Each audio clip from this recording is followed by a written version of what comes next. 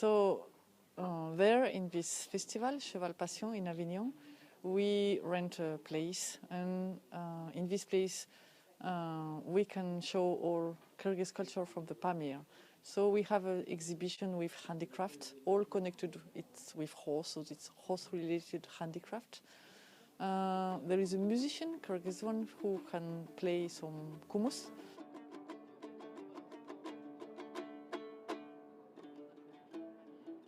One young Kyrgyz from one village, Konokorgon in Murghab district, he is speaking about Kyrgyz horse because he's responsible for the first Kyrgyz horse breeding in the Pamir.